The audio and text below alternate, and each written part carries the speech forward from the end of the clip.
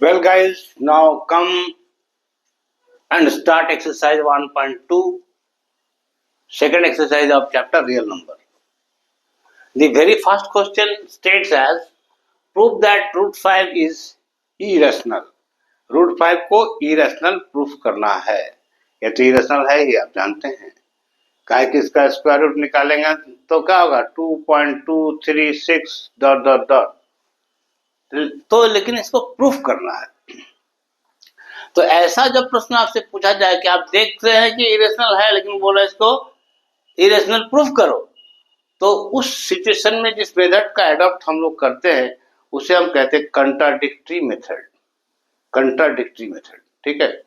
यानी जो चीज हमको प्रूफ करना है उस चीज को छोड़ के कुछ दूसरा चीज मान लिए, और जो दूसरा चीज माने उसको सिंप्लीफाई करते हुए उसमें लॉजिकल एक्सप्रेशन के साथ मैथमेटिकल कैलकुलेशन का इन्वॉल्व करते हुए धीरे धीरे आगे चल के पता चला लेते हैं, ठीक है ना, कि जो मैंने माना कि इरेशनल नहीं है ये, वो मैंने गलत माना. ठीक है. अगर मैं गलत माना तो इसका मतलब मेरा माना हुआ बात गलत है, तो जो बात दिया हुआ है वही सही होगा. ऐसा मेथड को इस प्रकार से सॉल्व करने वाले और भी क्वेश्चंस आपके सामने आएंगे, हायर क्लासेस में भी आएंगे, हायर स्टडीज करेंगे तो वहां भी आएंगे. तो ऐसा सॉल्यूशन जो है इसको आप कंट्राडिक्टरी मेथड्स कहते हैं. This method is known as contradictory methods. ठीक है. तो चलिए अब हम लोग इसको सॉल्व करने के लिए आगे बढ़ते हैं. Let us suppose that solution देखिए. Let us suppose that root 5 is an irrational number. ठीक है. Root 5 is a rational number हम लोग मान लिए. प्रूफ करना है क्या? इरेशनल. तो लेट अस सपोज हम लोग मान लिए कि root 5 is a rational number. Then root 5 can be expressed in the form of p by q. अगर हम रूट 5 को रैशनल नंबर मान रहे हैं तो इसका मतलब क्या है? रूट 5 को हम p by q के फॉर्म में लिख सकते हैं. क्यों ऐसा कहेंगे? ऐसा इसलिए कहेंगे कि रैशनल नंबर्स के बारे में हम लोग ऑलरेडी स्टडी कर चुके हैं. हमें पता है कि rational numbers are the numbers that can be put into the form of p by q where both p and q are integers. ठीक है. और हमने माना अभी क्या कि रूट 5 रैशनल नंबर है, तो ये of course p by q के फॉर्म में होना चाहिए ना. इसलिए that can be put into the form of p by q where p and q are integers. ये भी आपने पढ़ा है डेफिनेशन में रैशनल नंबर का. p and q are integers have no common factor. I mean p और q में 1 के अलावा और कोई फैक्टर कॉमन नहीं है. ठीक है. Also q not equal to 0. यानी ये जो हमने मान के चला है कि p और q जो है का कोई कॉमन फैक्टर नहीं है p by q में, तो हम किसी प्रकार ट्राई करेंगे कि प्रूफ कर दें कि नहीं p एंड q का कॉमन फैक्टर है. तो अगर कॉमन फैक्टर है तो हमारा माना हुआ बात क्या है कि मैंने इसको रैशनल माना है, तो मेरा माना हुआ बात क्या हो गया? गलत हो गया. तो सही क्या होगा? अगर मेरा माना हुआ बात गलत है तो जो प्रश्न पूछा गया है वही सही होगा, यानी रूट 5 इरेशनल नंबर ही होगा. ठीक है. तो आगे चलिए स्टेप देखिए. फिर से एक बार बोल दूं. Let us root 5 is a rational number, then root 5 can be expressed in the form of p by q where both p and q are integers, have no common factors, also q not equal to 0. ठीक है. अब आइए इसके आगे के step में. Root 5 अगर rational number है तो हम लोग क्या माना है? Root 5 equal to p by q. और इस स्टेप को मैंने स्क्वायरिंग बोथ साइड कर दिया. तो क्या हो गया? रूट 5 का स्क्वायर, और ये क्या हो गया? p by q का स्क्वायर. तो अल्टीमेटली क्या आ जाएगा? 5 equal to p square by q square. ये तो जानते हो ना, रूट 5 का स्क्वायर 5 होता है. Root 2 into root 2 root 2 root 3 into root 3 root 3 root 5 into root 5 root 5 5. ठीक है. तो ये स्क्वायर है, तो ये आपको हो गया 5 equal to p square by q square. This implies as 5q square equal to p square. मतलब ये कैसे हो गया? ये q स्क्वायर को शिफ्ट कर दिया क्रॉस मल्टीप्लिकेशन से, तो 5q स्क्वायर इक्वल टू क्या बच गया? p square. ये p स्क्वायर. इसको इक्वेशन नंबर 1 मान लिया मैंने. देखिए अगर 5q square equal to p square है तो q square equal to p square by 5 भी तो होगा ना. अगर होगा तो क्या होगा, पी स्क्वायर 5 से डिवाइड होगा, डिविजिबल है। ठीक है, इस स्टेप से आप यहाँ पर इस स्टेप से इस पर्टिकुलर बात से आप कह सकते हैं ना कि q square equal to p square by 5। ठीक है, इसका मतलब क्या हो गया, पी स्क्वायर 5 से डिविजिबल है। यही बात मैं यहाँ पर लिखा हूं, 5 डिवाइड्स पी स्क्वायर, इस स्टेटमेंट से आया। ठीक है, 5 डिवाइड्स पी स्क्वायर कैसे आया, तो ये q square 5 q square equal to p square, तो q square equal to p square by 5। ठीक है ना, तो क्या हो गया, p square divisible by 5, p square divisible by 5। Clear हुआ, पी स्क्वायर डिविजिबल बाय 5। तो अगर पी स्क्वायर डिविजिबल बाय 5 हो, माने डिवाइड्स 5 हो, तो ये पी भी 5 से डिवाइड होगा। यदि कोई नंबर का स्क्वायर किसी दूसरे नंबर से डिवाइड होता है तो वो नंबर भी उस दूसरे नंबर से डिवाइड होगा। ठीक है, ये नंबर सिस्टम का कैरेक्टर है। ठीक है, if 5 divides p square then 5 should divide p also. तो चूंकि इस स्टेटमेंट से हम लोग पता चला लिए कि पी स्क्वायर 5 के द्वारा डिवाइड हो रहा है, यानी कि 5 डिवाइड्स पी स्क्वायर, तो 5 डिवाइड करेगा पी को भी, और ये इक्वेशन नंबर हम 2 मान लिए। ठीक है, आइए आगे बढ़िए। फिर से मैंने माना कि P equal to 2m, again let P equal to 2m, तो P square equal to 25m square, squaring both side, इसी स्टेटमेंट को स्क्वायर कर दिया तो P square equal to 25m square हो गया। ठीक है, अब इस स्टेटमेंट में मैंने क्या किया कि putting the value of P square, putting the value of P square from equation 1। ये इक्वेशन 1 में देखिए पी स्क्वायर क्या है, 5 क्यू स्क्वायर है ना। तो मैंने क्या किया, यहाँ पी स्क्वायर को हटा के ये 5 क्यू स्क्वायर डाल दिया इस स्टेप में। यहाँ देखिए 5 q square equal to 25 m square हो गया। अगर ऐसा है तो इसको सिंप्लीफाई करिए, q square equal to 25 by 5 m square, तो क्यू स्क्वायर इक्वल टू क्या हो गया, 5 एम स्क्वायर। ठीक है, तो q square equal to 5 m square, मतलब यहां भी आप बोल सकते हैं ना कि q square by 5 equal to m square, ये भी हो सकता है ना। ठीक है ना, तो मतलब का अगर q square equal to 5 m square, मतलब q square is divisible by 5, मतलब 5 क्यू स्क्वायर को डिवाइड कर रहा है। यही बात मैंने फिर से दोहराया जो आगे में बताया था, 5 डिवाइड्स क्यू स्क्वायर, अगर 5 डिवाइड क्यू स्क्वायर तो 5 डिवाइड क्यू ऑल्सो, इसलिए 5 डिवाइड क्यू। ये इक्वेशन 3 हो गया। आप इन दोनों इक्वेशन पर ध्यान दीजिए, आप ये पर्टिकुलर केस पर ध्यान दीजिए। देखिए मैं थोड़ा कलर चेंज करके आपको बताता हूं। ये देखिए क्वेश्चन 2 में क्या है, 5 डिवाइड्स पी, ये देखिए ये इस पर ध्यान दीजिए। और यहां क्या है, ये भी देखिए 5 डिवाइड्स क्यू। ठीक है, 5 डिवाइड्स पी, 5 डिवाइड्स क्यू, ये इक्वेशन 3 में है, ये इक्वेशन 2 में है। हमें एक बात बताओ आप कि यदि P और Q दोनों 5 से डिवाइड होगा तो P और Q का तो कॉमन फैक्टर 5 हो गया ना, डिवाइड हो गया मतलब कॉमन फैक्टर 5 हो गया। आइए यही बात को हम आगे लिख दिए हैं। From equation 2 and 3 we get 5 divides both P and Q, 5 divides P and 5 divides Q, 5 divides both P and Q, so 5 is a common factor।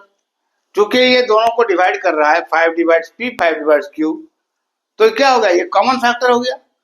तो कॉमन फैक्टर होने से क्या फायदा चल गया, हमने आपका माना था कि हैव नो कॉमन फैक्टर। देखिए हैव नो कॉमन फैक्टर मैंने मान के चला था, लेकिन हमने यहाँ प्रूफ कर दिया कॉमन फैक्टर।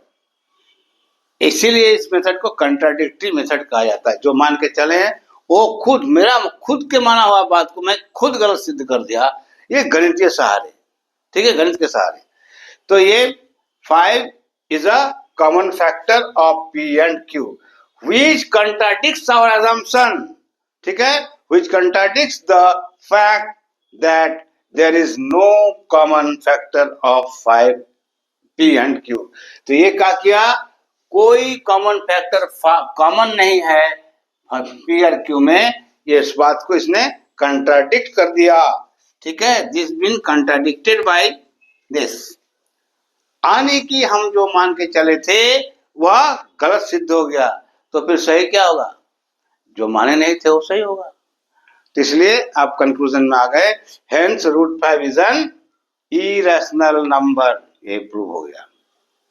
समझ गए, ये स्टेप्स को नोट कर लीजिएगा बढ़िया से। ठीक है, उसके बाद 2-3 बार इसको बढ़िया से प्रैक्टिस कर लीजिए और फिर बंद कर लीजिए कॉपी और अपने से लिखने का प्रैक्टिस करिए। इस एक टाइप थोड़ा सा वेरिएशन है, जनरल कैलकुलेशन से नहीं है, तो इसलिए इसमें थोड़ा सा मेहनत आपको बढ़िया से सीरियसली करना होगा। वैसे कोई बात नहीं है, इस टाइप के और प्रश्न आपके इस एक्सरसाइज में है, उसको भी मैं ऑपरेट करूंगा और आपको समझाऊंगा। आप ध्यान से क्लासेस अटेंड करेंगे तो फिर आपको कोई कठिनाई नहीं होगी ऐसा प्रश्न को सॉल्व करने के लिए। लेकिन देखिए, मैं इतना स्ट्रेस क्यों दे रहा हूँ, मैंने इसके पहले ही बोला था, अगर आपका टारगेट 100 है तो आपको एक एक बात जानना जरूरी है। आप मानिए कि ये क्वेश्चन आ गया, इसमें 3 नंबर है या 4 नंबर है या 5 नंबर है, आपने इसको सॉल्व नहीं कर पाया तो क्या हो गया, वो 3 नंबर तो गया, कहाँ आएगा 100? अब तो कोई उपाय नहीं है 100 आने में। इसलिए इस टॉपिक को जहां जहां मैं मार्क करता हूँ, थोड़ा सा ज्यादा कंसंट्रेशन चाहिए। इसको बढ़िया से पढ़ के समझिए, सीखिए और सारे क्वेश्चन बताऊंगा। अगर 1-2 क्वेश्चन आप बढ़िया से पढ़ लीजिएगा और बिना देखे सॉल्व करना सीख जाइएगा तो इस टाइप का प्रश्न को बस इसी ढांचा में डाल देना और सॉल्व कर देना है, और तो कुछ नहीं करना है। स्टेप्स मैं आपको लिख दिया हूँ, शॉर्टकट स्टेप, इससे शॉर्टकट स्टेप नहीं हो सकता। ठीक है ना, जो कि आपके बहुत काम की चीज है। चलिए फिर जैसा बोला वैसे मेहनत करिए, 100 में 100 आएगा, टेंशन लेने की जरूरत नहीं है। ठीक है ना, हम बताएंगे कहाँ इजीली आपका मार्क्स आएगा, कहाँ थोड़ा सा मेहनत ज्यादा करना होगा। मेरी बात को ध्यान में लीजिएगा और अकॉर्डिंगली करिएगा तो देखिएगा आपको बेनिफिट अवश्य होगा। तो चलिए, क्वेश्चन नंबर 1 आप समझ लिए और इसको प्रैक्टिस करिए। आगे आइए, क्वेश्चन नंबर 2 को भी हम सॉल्व करते हैं, तो ये कंसेप्ट आपको थोड़ा सा और ब्राइट हो जाए। Well guys, now come and see question number 2 of set exercise 1.2. ये क्वेश्चन नंबर 2 है एक्सरसाइज 1.2 का। देखिए, इस एक्सरसाइज में जो भी क्वेश्चन है ना, सब मोर और लेस एक ही टाइप का है। इसमें सिर्फ 3 बात पर ध्यान रखना है आपको कि आपको कभी भी कोई भी क्वेश्चन जो है प्रूफ करने के लिए पूछा जाए कि ये इरेशनल नंबर है, तो आप क्या करेंगे, इसको पहले कंसीडर करेंगे कि ये इरेशनल नहीं रैशनल है। पहला पॉइंट, फर्स्ट पॉइंट। ठीक है, 3 पॉइंट पे काम करना है आपको। पहला पॉइंट क्या है, पहले इसको आप रैशनल कंसीडर कर लीजिए। अगर ये रैशनल है तो हम इसको P/Q के फॉर्म में या A/B के फॉर्म में या C/D के फॉर्म में, ठीक है, लिख सकते हैं। और जहां आपका अगर आप A/B लिए या P/Q लिए तो ये क्या होगा, ये को प्राइम्स होगा। को प्राइम शब्द का अर्थ क्या होता है कि ऐसा 2 फैक्टर, ऐसा 2 नंबर जिसके बीच कोई भी कॉमन फैक्टर ना हो 1 के अलावे। ठीक है, other than 1 there should not be any common factor between the 2 numbers are known as coprime. ठीक है, इसको को प्राइम कहते हैं। तो हमने पहला स्टेप जो आपको बताया वो मैंने कंसीडर कर लिया। दूसरा स्टेप में क्या है, जो भी इंडिविजुअल क्वेश्चन का स्टेटस है उसको आपको सिंप्लीफाई करना है। सिंप्लीफाई करने के बाद जो एक्चुअल में इरेशनल नंबर है, क्योंकि हम लोग ये बात पहले से जान रहे हैं कि इरेशनल नंबर किसे कहते हैं, वो सभी प्राइम नंबर का स्क्वायर रूट इरेशनल नंबर ही होता है, ये हम लोग को पता है। ठीक है ना, तो ये हम जान रहे हैं कि रूट 5 है क्या, ये इरेशनल नंबर है। तो रूट 5 अगर इरेशनल नंबर है तो इसके साथ रैशनल नंबर 2 को मल्टीप्लाई करेंगे तो मल्टीप्लिकेटिव रिजल्ट भी आपका क्या हो जाएगा, इरेशनल नंबर हो जाएगा। फिर इस इरेशनल नंबर में अगर ये रैशनल नंबर ऐड कर देंगे तो रिजल्टिंग वैल्यू क्या होगा, वो भी इरेशनल हो जाएगा। इसलिए हम लोग पहले से जान रहे हैं कि इरेशनल है, फिर भी हमको बोल रहा है कि प्रूफ करो इरेशनल है। तो चलो भाई, हम कंट्राडिक्टरी मेथड का यूज करते हैं। ठीक है, इस मेथड को क्या कहते हैं, कंट्राडिक्टरी मेथड। पहले हम कंट्राडिक्ट करेंगे और उसके बाद कंक्लूड करेंगे। ठीक है, तो सबसे पहले क्या स्टेप मैंने अभी आपको बताया कि जो भी इरेशनल नंबर गिवन है उसको आप पहले रेशनल मान लो। तो रेशनल अगर मान लिया तो ये a बाई बी के फॉर्म में या p बाई क्यू के फॉर्म में हो सकता है, और जहां p और q जो है को प्राइम होना चाहिए। तो को प्राइम शब्द का अर्थ क्या है कि अगर दो कोई नंबर या दो से अधिक कोई नंबर ऐसा हो, को प्राइम मतलब दो नंबर ऐसा हो जिसमें कोई कॉमन फैक्टर नहीं हो एक के अलावा, means if there are two numbers having no common factor other than one, they are known as co-prime। ठीक है, तो ये पहला पॉइंट हुआ इस सॉल्यूशंस का। सेकंड पॉइंट क्या है, तो सेकंड पॉइंट में आपको उस गिवन स्टेटस को सॉल्व करके इसमें जो इरेशनल पार्ट है उसको बिल्कुल अलग कर लीजिए, इरेशनल पार्ट उसको बिल्कुल अलग कर लीजिए। ठीक है, अलग करने के बाद आप फिर ये दूसरा पॉइंट हो गया। अब तीसरा पॉइंट में आके आप कंट्राडिक्ट कर दीजिए, और कंट्राडिक्ट करने के बाद कंक्लूजन ड्रॉ कर दीजिए कि भाई हमने तो माना था कि रैशनल है, लेकिन हमारे स्टेप्स के द्वारा, इस मैथमेटिकल हेल्प के द्वारा और हमारी एबिलिटी ऑफ कैलकुलेशन के द्वारा, साइंटिफिक मेथड के द्वारा मैंने इस चीज़ को प्रूफ कर दिया कि मेरा जो एजम्पशन था वो सही नहीं था। तो जो मेरा एजम्पशन सही नहीं था तो क्या होगा, जो मैं एजम्पशन किया था वो गलत है, तो इसका मतलब जो है जो मैं एजम्पशन नहीं किया था वह सही है। कहने का मतलब जैसे आप एक सिंपल एग्जांपल ले लो, अभी दिन है तो क्या नहीं है, रात नहीं है। अभी रात है तो क्या है, दिन नहीं है।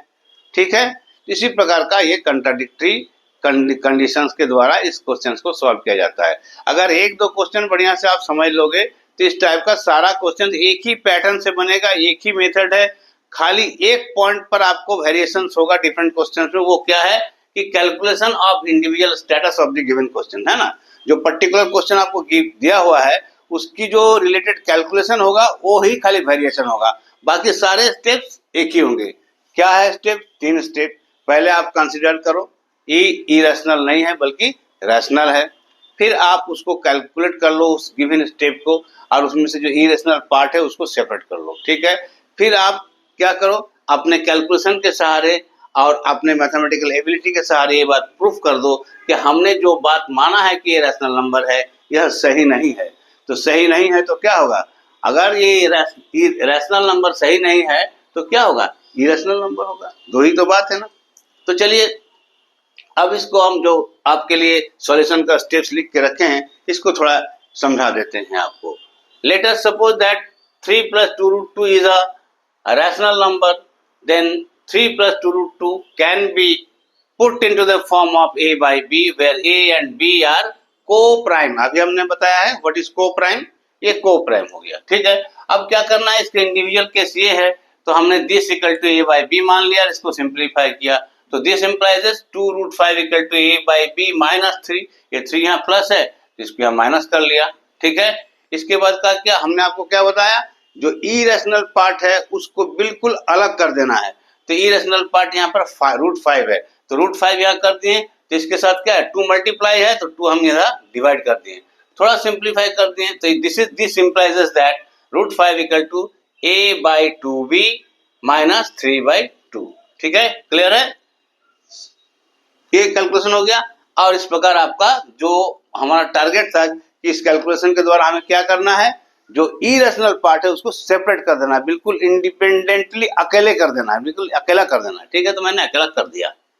अब हमको आगे के चरण में क्या लिखना है, since a and b are considered coprime, a और बी को को प्राइम माना गया है, इसका मतलब क्या हुआ, ये लोग इंटीजर है, मीन्स दे आर इंटीजर्स। को प्राइम फैक्टर से मतलब ये दोनों इंटीजर्स है। तो अगर ये दोनों इंटीजर है तो आप ए एंड बी के वैल्यू कोई भी इंटीजर से रिप्लेस कर दो, 1 करो, 2 करो, 3 करो, 5 करो, 9 करो, 10 करो, -1 -3 कुछ भी करो। तो उसके बाद सिंप्लीफाई करोगे तो क्या होगा, फाइनली ये क्या आ जाएगा, रैशनल नंबर आएगा ना। इतना तो समझ में आता होगा। तो ये फाइनली ये रैशनल नंबर आएगा। सो a by 2b minus 3 by 2 is a rational number, मैंने लिख दिया। ठीक है, अगर a और b को प्राइम है, ठीक है, अगर a और b को प्राइम है ऐसा हम लोग कंसिडर किए हैं तो क्या होगा, इस को प्राइम नंबर्स को हम अगर रिप्लेस कर दे इसके किसी भी फॉर्म में, क्या कि नंबर सिस्टम में इनफाइनाइट नंबर ऑफ मेंबर्स होते हैं, तो उसमें से किसी भी दो नंबर को उठा लो for A and for B और इसको सॉल्व कर दो, तो सॉल्व करने से जो फॉर्म आपको मिलेगा वो फिर से रैशनल नंबर बन जाएगा। तो इस प्रकार ये प्रूफ हो गया कि a/2b माइनस 3/2 ए क्या है, रैशनल नंबर है। तो यदि ये रैशनल नंबर है और a इक्वल टू ये है तो इसको भी रैशनल नंबर होना चाहिए, ठीक है ना। अगर इस पार्ट को आप प्रूफ कर दिए कि भाई ये रैशनल नंबर है तो a इक्वल टू √5 है, तो √5 भी रैशनल नंबर होना चाहिए। तो यही बात आगे मैं लिखा हूं, बट वी नो दैट, इसलिए लिख दिया rational number, but we know that √5 is an irrational number. ऐसा हम लोग जानते हैं। कैसे जानते हैं? कोई भी प्राइम नंबर का स्क्वायर रूट ऑलवेज इरेशनल होता है, ठीक है ना। कोई भी प्राइम नंबर का स्क्वायर रूट ऑलवेज इरेशनल होता है। ये बात दिमाग में बैठा लीजिए, बहुत काम की इंफॉर्मेशन है, ठीक है। इसको आप लिख लीजिए, but we know that √5 is an irrational number which confirms that our assumption is incorrect. चूंकि हम जानते हैं √5 इरेशनल है, इसलिए हम लोग जो एज्यूम किए थे, जो माने थे, वो गलत सिद्ध हो गया। assumption इज इनकरेक्ट, ये गलत प्रूफ हो गया। अगर ये गलत है तो क्या होगा? 10 3 + 2 √5 इज एन इरेशनल नंबर, ये प्रूफ हो गया, ठीक है। तो इस मेथड को आप फिर से बता देता हूँ, इसे आप कंट्राडिक्टरी मेथड कहते हैं। इसके 3 चरण पर आपको ध्यान देना है। पहले आप कंसीडर कर लो, ठीक है, क्या कि इरेशनल नहीं बल्कि ये रैशनल है, और रैशनल अगर है तो a/b के फॉर्म में या p/q के फॉर्म में या c/d के फॉर्म में हम इसको पुट कर सकते हैं। जहां जो भी आपने लिया, अगर a/b लिया, p/q लिया, c/d लिया, तो दे आर को प्राइम्स, ठीक है।